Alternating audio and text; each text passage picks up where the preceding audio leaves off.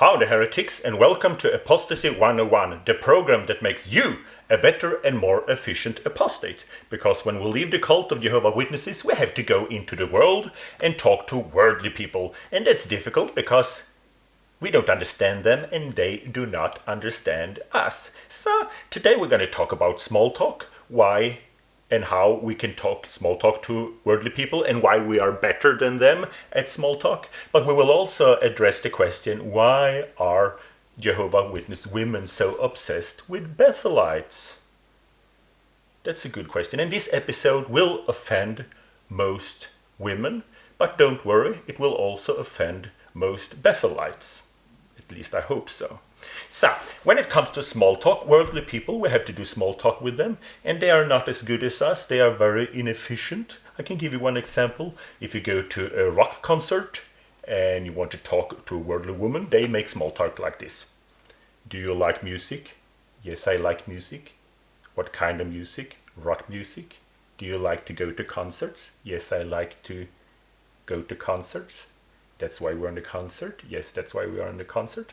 It's really slow. It's really boring. I don't understand it. What does it mean? Does she want to get married? Does she want to have babies? I don't know. Witnesses, both brothers and sisters, we are way better at small talk. We go straight to the point. And that's because we grew up with a 3 days mating season. Either it's a convention or a quick building. We have a 3-day mating season. So when we do small talk, we're straight on point. Like, I used to ask sisters, what's your spiritual goal? And if she said, I'd like to go to Gilead, that basically means, let's get married. Or if I would ask a sister, what's your spiritual goal? And she said, I'd like to be pioneering and see what happens. That basically means, let's start a family and have a lot of babies. Or if I would ask a sister, what's your spiritual goal? And she would answer, I'd like to serve where the need is greater. That's a very polite way Jehovah's Witness women will tell you that I don't like your mother, let's start a family somewhere else. So Jehovah's Witnesses, we grew up with really efficient small talk. While worldly people, they say like, do you like music? Yes, I like music. Do you like food? Yes, I like food. And that's why they will often spend several months to get to know each other and get married. We are technically better than them. And I remember when I was a brother, I was pioneering for almost 10 years and I served at 4 Bethels.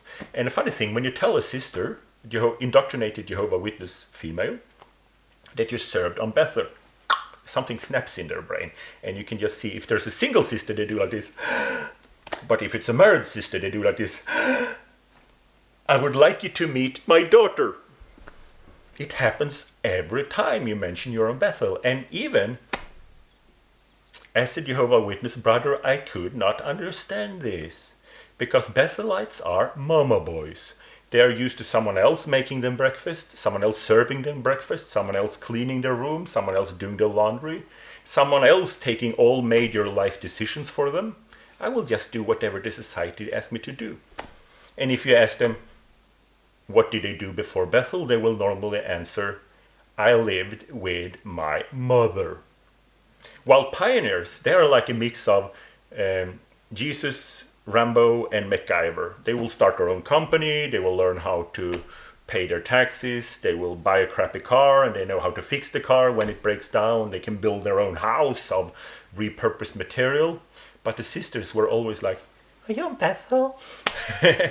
And it's fun. I used to see that. I don't understand why. If there's a sister watching this, please comment down below and explain what the heck were you thinking. Because I remember as soon as a brother told a sister that he was on Bethel, something would switch in her brain and you could just see her thinking, I will marry you, I will live in your tiny room, we will start marriage life with no privacy, I will be treated like a second-class citizen, cleaning toilets without getting paid, and if we get pregnant, we will be fired, and we will lose our home, and we will have nowhere to live, and Jehovah will take care of my baby.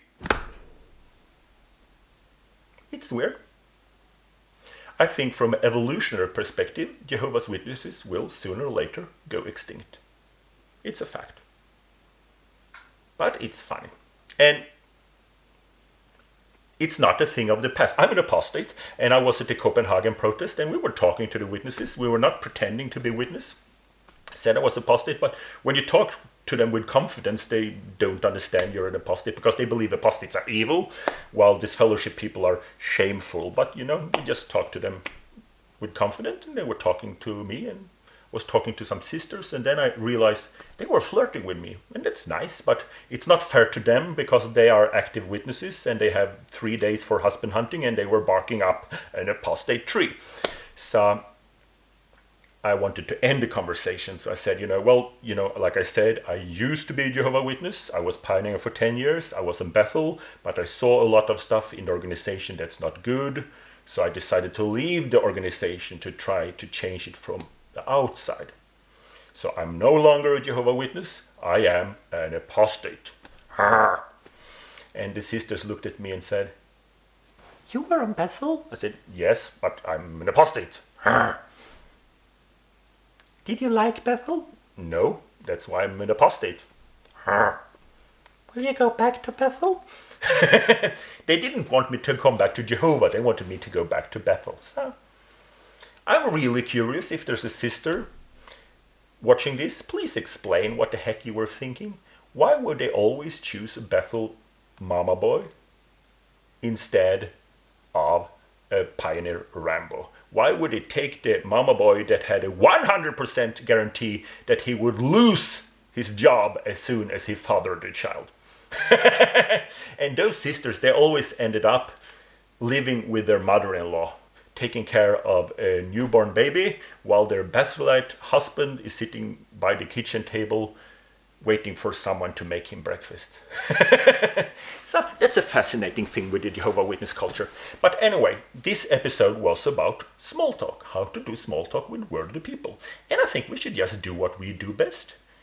We should do small talk the Jehovah's Witness way. So the next time you go to a rock concert and you want to do small talk with a worldly woman, just go convention style and tell her,